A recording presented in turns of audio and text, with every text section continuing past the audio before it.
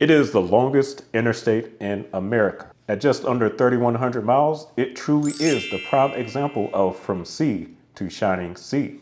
From the historic city of Boston to the windy city of Chicago to the tech hub of Seattle on the Pacific, one can get a true cross-section view of how large the United States really is, as well as some of the most interesting interchanges and designs on the entire interstate system. You've got the high mountains in the Cascades, the plains of South Dakota, and America's old industrial heart in the Midwest.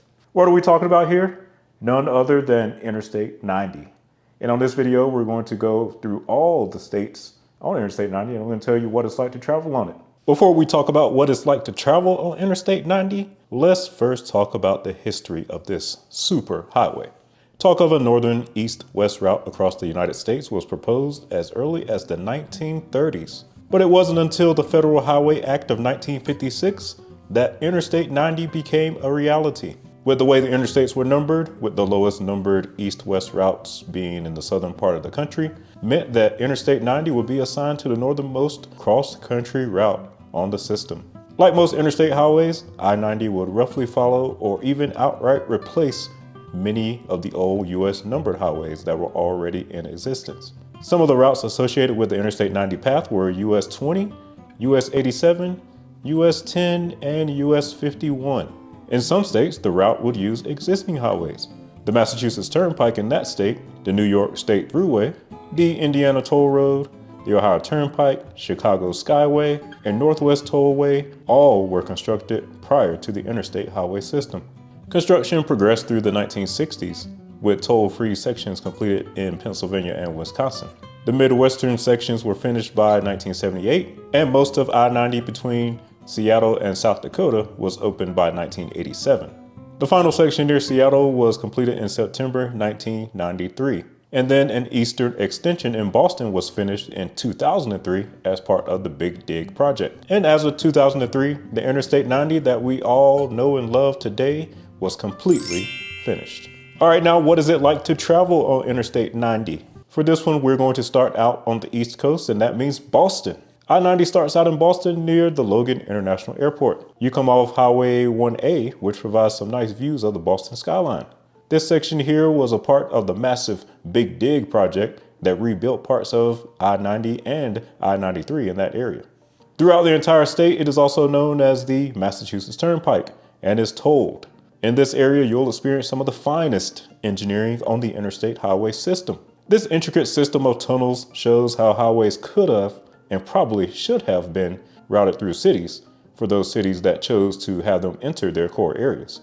But when you see the $9 billion cost of the project, well, I guess it makes sense. This is some of the finest urban driving you'll experience as you get a prime view of everything Boston has to offer. As we get out into the western suburbs, the roadway maintains 3 lanes on each side and is in great condition. You pass not one, but 2 beltways around Boston, the first being Interstate 95 and then the outer beltway of Interstate 495. Funny story about I-90 Massachusetts is that when I was up here, I was driving from Boston to Albany one night. There was some huge wreck on the turnpike blocking the road, and my GPS added around 30 to 40 minutes to the trip. Now, me knowing what I know, I decided to hop on the US 20 instead, since I knew that it paralleled the turnpike.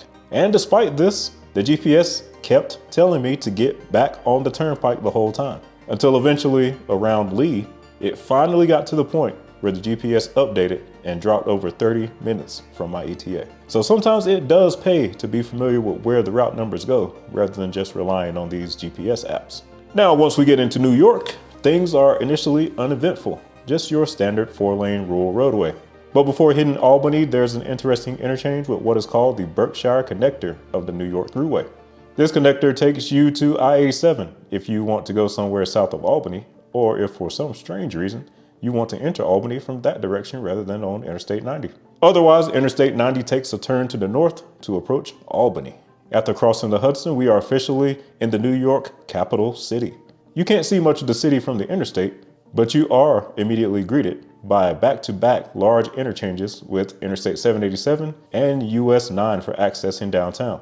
On the western side of town, you encounter a wacky interchange with Interstate 87 that results in a bizarre short concurrency with that interstate. Interstate 90 takes over the New York Thruway route, while I-87 departs north for Montreal, Canada. On a side note, watch your speed in the Albany area. There were plenty of troopers lying in wait along the roadway. The speed limit is cleverly signed at 55 miles per hour, even though you can tell that the road was designed to be more like a 65 mile per hour roadway.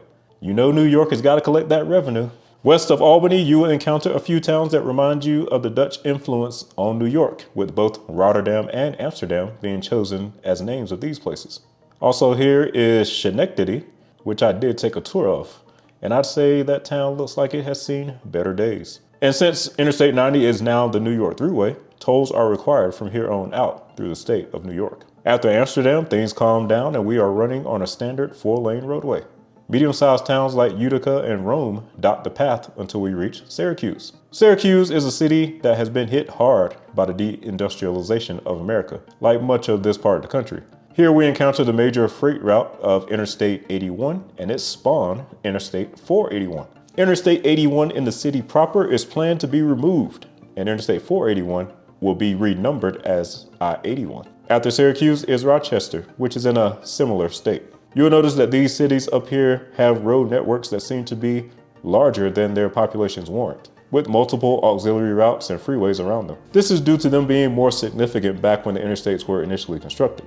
And the final major city along the Thruway is Buffalo. And some jokingly say that Buffalo contains the only NFL team that's actually in New York, since the Giants and Jets both play in New Jersey. In Buffalo, all the interstates are auxiliary routes of Interstate 90, including Interstate 990, which is notable for being the highest numbered interstate on the entire system. Interstate 190 runs from southern Buffalo all the way to the Canadian border in Niagara Falls. Now, in a state like North Carolina, they probably would have given Interstate 190 a 2-digit number knowing them. Interstate 90 turns south in Buffalo, while New York 33 provides access to downtown. And after Buffalo, it's all quiet in western New York until we cross into Pennsylvania for a short little stretch. In Pennsylvania, we're running parallel to the Lake Erie shoreline. The tolls drop and the road is free at last. Free at last. The only town of significance in Pennsylvania is none other than Erie, which sits on the shores of, you guessed it, Lake Erie. Erie was an old industrial town, and you can tell there's a lot of history there. It was pretty cold and dreary when I was up here, so I had to come back and check it out again at some point when it's warm. Just south of Erie, we cross Interstate 79, which takes you north into Erie proper, or you can ride it south to Pittsburgh. All through Pennsylvania, Interstate 90 is your standard roadway, nothing too spectacular. So let's get on to the next state, which is pretty interesting if I do say so myself, and that is none other than Ohio. Coming into Ohio, you already know what the top city is here, so I won't bore you with the fluff on the way there. Let's just get into it. Cleveland, Ohio. First off, Cleveland has a massive number of freeways. It's just covered with them. You'll know when you're in the area when you see the roadway widen to 6 lanes. Our first major interchange is with Interstate 271, which forms a southeastern bypass around the city. It can get you to I-77 or I-71 South without having to go through the city. Continuing west, we approach downtown and the roadway widens even more. The Cleveland skyline starts to come into view. And one thing I liked about driving in Cleveland is that the traffic was never really bad. You get the big city feel, but for most of the day, you really don't stress too much driving around here. Now, the most notable feature of Interstate 90 in Cleveland is actually a major violation of typical interstate standards, a section called Dead Man's Curve. You're going to get multiple large signs warning you, and a recommended speed of 35 miles per hour, along with rumble strips on the road for you to slow down. Truckers need to be very cautious out here. I-90 takes a sharp, nearly 90-degree turn to the south. And after this turn, I-90 has interchanges with multiple interstates. Interstate 90 is the terminator in Cleveland, with both I-77 and I-71 terminating at this interstate. The short I-490 route is also in this area. And after crushing I-77 and 71's dreams of continuing north, Interstate 90 continues east with a comfortable 4 lanes on each side until the suburb of Rocky River. And from there, we hold 6 lanes until the interchange with Colorado Avenue, where you finally revert back to 2 lanes as we begin exiting the Cleveland area. Not long after, we approach another major highway, Interstate 80, where Interstate 90 joins up, and both continue west as the Ohio Turnpike. Yep, you know what that word turnpike means. It's toll time, folks. For the rest of our time in Ohio, Interstate 80 and Interstate 90 will be running concurrently as the Ohio Turnpike. And though it's a rural roadway, the Turnpike does maintain 6 lanes for a good stretch, as these two cross-country routes paired together carry a lot of freight traffic. Plus, we do have that gigantic city on Lake Michigan coming soon on our path.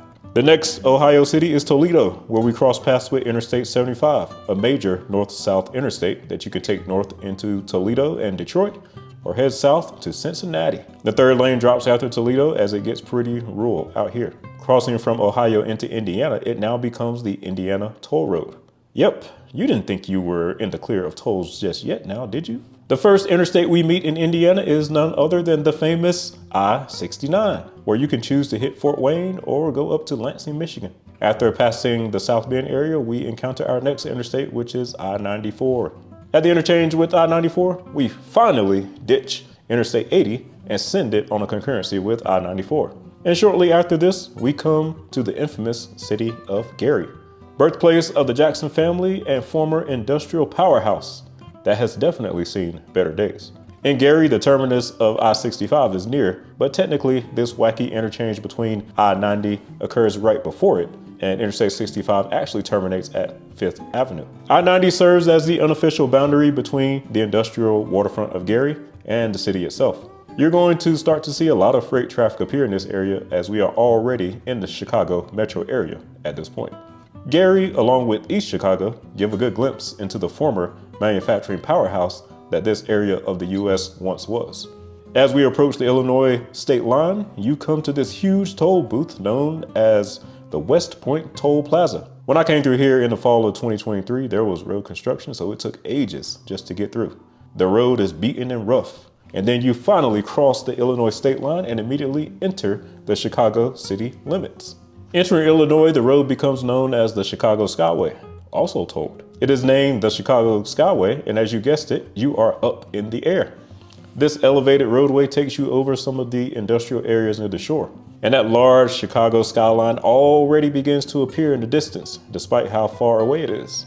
Quite impressive. You can even make out the Sears Tower already. Now, as you come down from the bridge, there is of course a large toll booth ready to collect your fee for admission into the Windy City. And soon we meet Interstate 94 again, and it joins us as the road now becomes the Dan Ryan Expressway on the approach towards downtown Chicago. This section of the Dan Ryan has one of the more impressive cross sections of urban interstate in the country. It utilizes a local and express separation for traffic, with express or through traffic using the interior lanes, while those using local exits are to utilize the outer lanes. This is similar to what we saw on Interstate 95 in Alexandria, Virginia, and also is used on the 401 in Toronto, Canada. Traffic using the express lanes won't have many opportunities to exit. This configuration might be second only to the New Jersey Turnpike in design. Perhaps Texas should have done something similar with Dakota. Also of note is the subway line running down the middle. Chicago has the second best transit system in the US, only after New York, and several of its expressways have accompanying transit lines that run alongside or in the median of them. Now, despite how well designed this roadway is, the fact of the matter is that Chicago just has too many people in the area. So no matter what time you come through here, you are likely to encounter some slowdown. I had to carefully plan when to come through here and film, and even then I still caught some traffic. But on the bright side, the views of the Chicago skyline are some of the most impressive on the entire interstate system. Just look at the Sears Tower, so iconic. Of note in downtown is the Jane Byrne Interchange, a turbine-style interchange with Interstate 290 that replaced a very outdated old bottleneck in this area. After the Jane Byrne, the roadway becomes the Kennedy Expressway as we travel through North Chicago. There is ongoing construction here, so you're going to be sitting in traffic pretty much any time you drive this stretch for the time being. Interstate 90 through Chicago might be the most urbanized stretch of interstate in the country. I-94 departs in a northern direction towards Milwaukee, while we continue west past the O'Hare Airport. And in that area, Interstate 90 becomes the tolled Jane Addams Tollway. Now, the Chicago area is huge, so even after O'Hare, it's going to be another 30 or so miles before you finally feel that you're escaping the gravity of the city. Even after leaving the last of the Chicago suburbs, Interstate 90 will maintain 6 travel lanes all the way to Rockford. And we got to give Chicago some credit here. Despite New York and LA being larger, Chicago might in fact be the king of US transportation infrastructure. It has a very extensive highway network, the second largest transit network, It is a major hub for Amtrak, and it is the main crossroads of freight rail for the center of the country. It appears that all roads lead to Chicago. In Rockford, Interstate 90 turns due north, bringing along I-39 and heading into Wisconsin rather than Iowa. But once you cross the Wisconsin state line, we are finally toll-free again. In Wisconsin, I-90 travels north past Beloit and Janesville en route to Madison. And there's an interchange with Wisconsin exclusive Interstate 43, giving you another chance to travel to Milwaukee. In Madison, we first encountered the Beltline Highway, not an official interstate, but a major freeway around the southern part of that city. And then look who it is. Interstate 94, fresh off a trip through Milwaukee and coming back to meet us for a third time. With I-94 joining up, we are now on a rare concurrency of 3 two-digit interstate highways. This concurrency ends with Interstate 39 departs to the north near Portage, while I-90 and I-94 continue northwest past the scenic Wisconsin Dells area. Eventually, I-94 leaves again as it continues on a northwest path that will take it to the twin cities of Minneapolis and St. Paul, while I-90 turns west in favor of a less eventful La Crosse and Rochester. In La Crosse, we cross the mighty Mississippi and officially enter into Minnesota. Minnesota is where things start to quiet down for I-90 as there are no large cities along the route. It passes to the south of Rochester, which is known for its large Mayo Clinic. US 52 provides freeway access to that city. Rochester, New York, and now Rochester, Minnesota. Both lie along I-90. After Rochester, I-90 encounters I-35 near Albert Lea. The interchange of these two major interstates is a simple cloverleaf.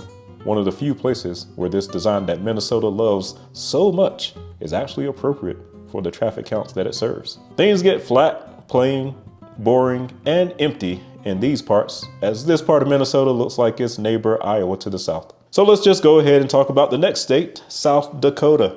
After a few more farms and open fields, you quickly come into the Sioux Falls area after crossing from Minnesota. Sioux Falls is this state's largest city and is quietly one of the fastest growing metro areas in the country. It even has a little beltway formed by I-29 and I-229. How cute. You won't see much of the city from Interstate 90 as it bypasses it to the north. Traffic here is very modest, so you don't need more than the 4 standard lanes. Once you get into South Dakota, you're going to notice that the interstate highways have these gates along some of them. During winter months, the state may shut down parts of the interstates for safety reasons due to weather. You'll see this in many of the states in this part of the country. In South Dakota, Interstate 90 mostly replaced the old US 16 between Sioux Falls and Rapid City. Also of note is that the capital city of Pierre is not served by Interstate 90 nor any other interstate. Instead, drivers can access it with US 83, which the state did make into a 4-lane divided highway. This is one of the few state capitals that I have not yet visited. After hundreds of miles of emptiness, we reach the next significant city on the route, Rapid City. Rapid City sits at the edge of the famous Black Hills area, very scenic, and also contains Mount Rushmore. Check it out if you have time. Otherwise, Interstate 90 turns northwest and enters into America's emptiest state, Wyoming. When you get into Wyoming, one thing you need to be prepared for is the wind. You're going to be feeling it. This state is known for its dangerous winds through all times of the year, but it's definitely at its worst in the winter. I drove through here in December and saw quite a few 18-wheelers flipped on their side.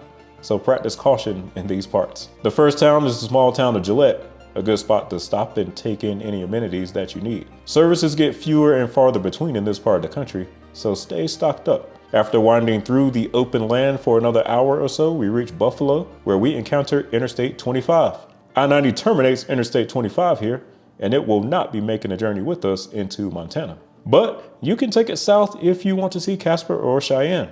After Buffalo, the next town is Sheridan. It has a nice, quaint little downtown that I was able to check out a few months ago. Feel free to see the Burlington train on display just a couple miles off the interstate. As for the landscape in this part of Wyoming, it's pretty forgetful. The beautiful part of the state that you usually see in images online is actually in the northwestern part of the state, and it's easier to access from Montana than from most of Wyoming cities. So let's head into Montana. In Montana, Interstate 90 is the main highway. It passes through almost all of its largest cities and runs most of the distance across the state. It's pretty boring when you first enter, as it looks more like what you saw in Wyoming. But in the largest city of Billings, a familiar interstate shows up yet again, Interstate 94. Just east of Billings, we encounter I-94 for the final time. This time it terminates at Interstate 90 and will not be joining us on a concurrency further west.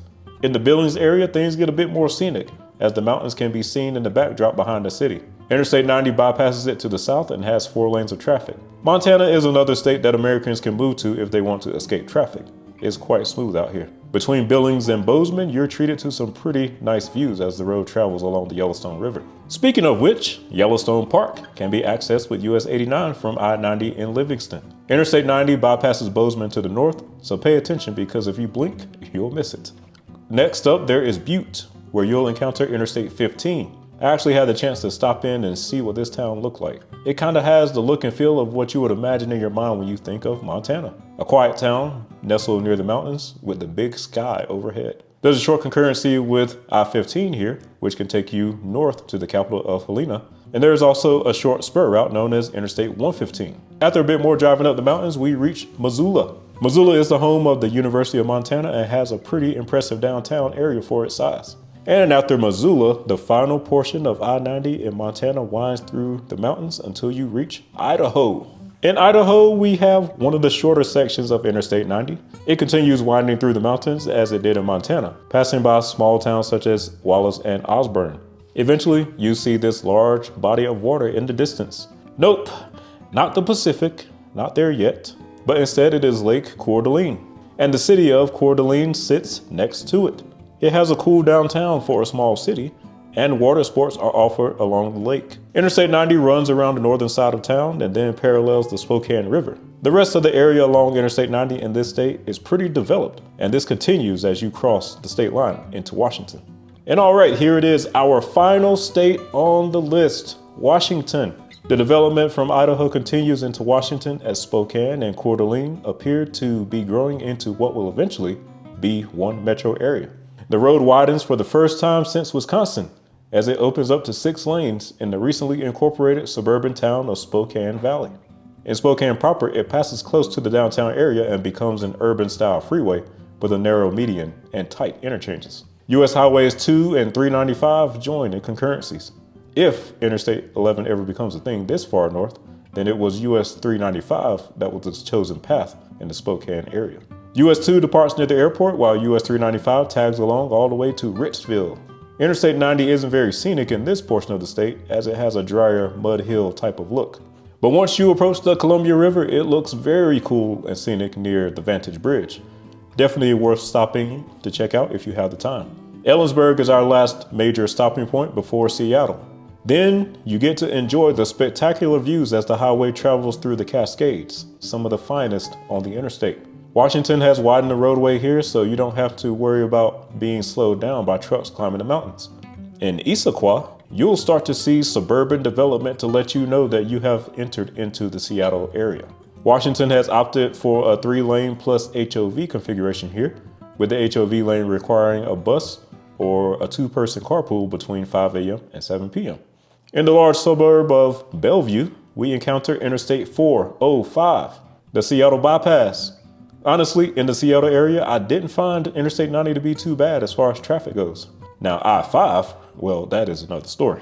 On the wealthy Mercer Island, the interstate has been partially covered up with a cap, and parks have been built on top of it. And after this, you are opened up to an amazing view of the bridge over Lake Washington, with the Seattle skyline partially visible in the background. We enter the city with another tunnel, and soon signage for Interstate 5 begins to appear, letting you know that our great journey across America is coming to an end. I-5 south for Portland, I-5 north for Vancouver, Canada, or continue straight into downtown Seattle. But either way, this time it is Interstate 90 that is being terminated at the hands of Interstate 5, rather than being the one terminating. I opted to continue straight, which along the way you can see the artwork of the local citizens defacing some of the infrastructure, and then a nice view of T-Mobile Park and Lumen Field. Welcome to Seattle.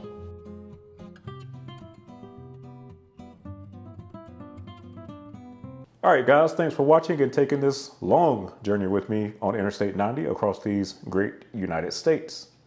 If you've ever been on Interstate 90, let me know what your experience was with it down in the comments and what you thought about it. And as always, thanks for watching, and I'll see you next Friday as we go to Toronto, Ontario, Canada to talk about a certain major highway up there.